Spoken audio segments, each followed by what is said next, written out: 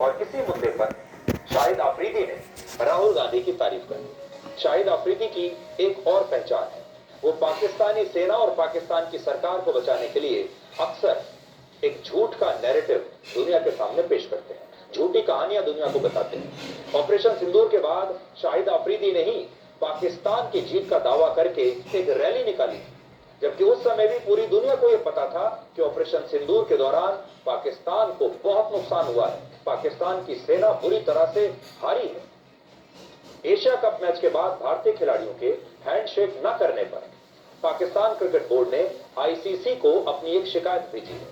Pakistan cricket board ने match referee को हटाने की मांग की, लेकिन आईसीसी ने इस अपील को खारिज कर दिया और कहा कि इस मैच का जो मैच रेफरी है उसे नहीं हटाया जाएगा।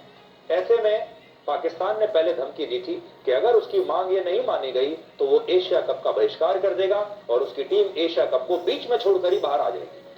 अब अगर पाकिस्तान आगे के मैचों का बहिष्कार करता और नहीं खेलता तो उसे बड़ा नुकसान हो सकता है। पहला, पाकिस्तान को पैसे का बड़ा नुकसान होगा, प्रसारण और स्पॉन्सरशिप से मिलने वाली जो आमदनी है उसकी पैसा जो उसे मिलता है उस पर बहुत बुरा असर पड़ेगा। दूसरा, आईसीसी पाकिस्तान पर बैन लगा सकता है या भारी जुर्माना लगा सकता है, और आज के समय में पाकिस्तान ये दोनों ही झटके बर्दाश्त नहीं कर सकता क्योंकि पाकिस्तान की जेब में पैसा नहीं। कल प्रधानमंत्री मोदी का 75वां जन्मदिन है और आज हम आपको डिकोड की एक टाइम मशीन में लेकर चलेंगे और आपको भविष्य के दर्शन कराएंगे। इस टाइम मशीन में थोड़ी देर के लिए आप मेरे साथ बैठिए और आज से 25 साल के बाद वर्ष 2050 में आपका देश कैसा होगा, आपकी भावी पीढ़ी कैसी होगी, आज हम आपको उसकी झलक दिखाना चाहते हैं। आज आपको 2050 का विकसित भारत दिखाएंगे जो प्रधानमंत्री मोदी का सबसे बड़ा सपना है। देखिए, प्रधानमंत्री मोदी का जन्मदिन है, सब लोग उन्हें कुछ न कुछ तोहफा देना चाहेंगे, कोई गिफ्ट देना चाहेंगे, उनके लिए कुछ कहना चाहेंगे और ये बिल्कुल लाजमी है। पूरे देश में उनके बारे में लोग अपने अपने अनुभव आपके साथ शेयर कर रहे हैं, लेकिन आज हमें यह लगा कि अगर प्रधानमंत्री मोदी के लिए उनके जन्मदिन पर कोई सबसे अच्छा तोहफा हो सकता है तो वो है उनके विजन के बारे में बात करना, उनकी उन योजनाओं के बारे में बात करना जिनमें भविष्य का सपना छिपा हुआ है। और आज उनके जन्मदिन पर पूरा देश उन्हें याद कर रहा है, लेकिन उन्होंने इस देश के लिए कितना बड़ा काम किया है, कैसी नई नई भविष्य की योजनाएं वो लेकर आ रहे हैं, आज आपको समझ में नहीं आएगा।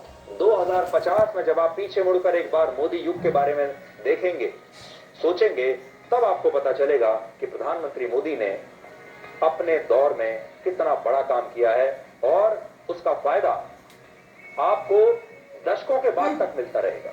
यानी वो एक ऐसा वृक्ष आज लगा रहे हैं जिसका फल और जिसकी छाया इस देश कई दशकों तक देखेगा।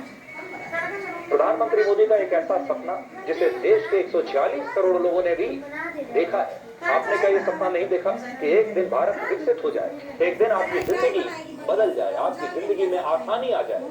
आज आपको किसी लाइन में ना लगना पड़े, हर बच्चे के लिए कॉलेज में एडमिशन होना चाहिए, सबको शिक्षा मिले, सबको रोजगार मिले, और ये देश जो है जिसको लेकर आपको आज बहुत शिकायतें होती हैं, ये एक दिन एक आदर्श देश बन जाए, ये दुनिया की महाशक्ति बन जाए। क्या आप ये नहीं चाहते? आप सब चाहते हैं, और प्रधानमंत्री मोदी ने आपके इन सपनों को देखा है और इन पर अमल किया है। प्रधानमंत्री मोदी का पूरा जीवन इसी नए भारत को गढ़ने और बनाने के लिए समर्पित रहा है।